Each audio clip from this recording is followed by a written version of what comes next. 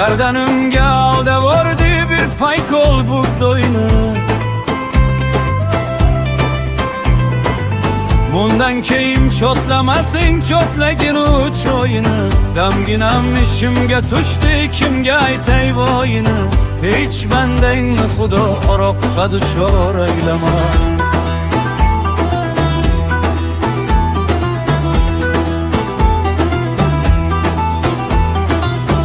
Qanotli qushday uchadi, nomarrafligdan kechadi. Har bir o'roqchini ko'rsang bir ko'za suv ichadi. Hech bandangni xudo aroqqa duchor aylama. Azobga qo'yib jonini yuzdan quritib, qonini ayni cho'shtgo'da berar bir tigagina nonini.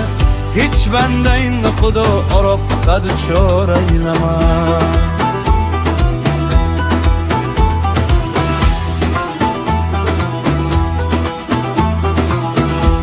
Kelgan chillani, bahordagi pillani, ikki baja beradi rudang, kuydirar shullani. Hech bandangni xudo aroqqa duchor aylama. O'ltirib chot etadi, ishlab tergab o'tadi.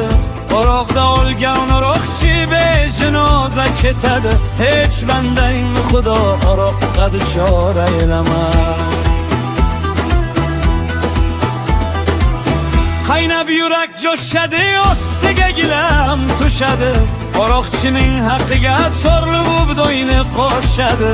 Hech bandangni xudo aroqqa duchor aylama.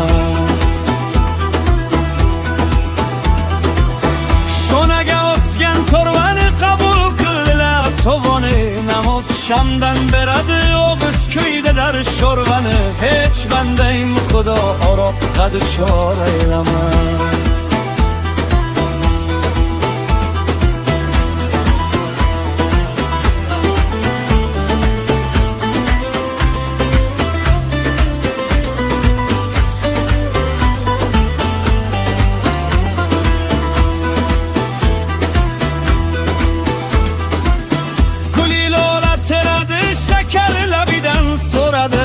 Boylari berahm ekan, haqqini o'z beradi.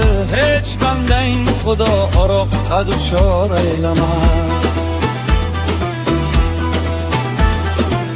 Qo'sh qora bodom qovoq, ayt kimdan qilay so'roq. Zamona shunday bo'lsa boshqa urmayman ro'roq. Hech bandang xudo aroqqa duchor aylama. Yomon kunda bilinar yaxshi do'st bilan yomon. Aroqchining qissasin shu yerda qilaman tamom. Hech bandangni xudo aroqqa duchor aylama. Tomidagi besani, soqoli yo'q ko'sani. Xushnavoda o'qidim o'rov urgan qissani. Hech bandangni xudo aroqqa duchor aylama. Hech bandangni xudo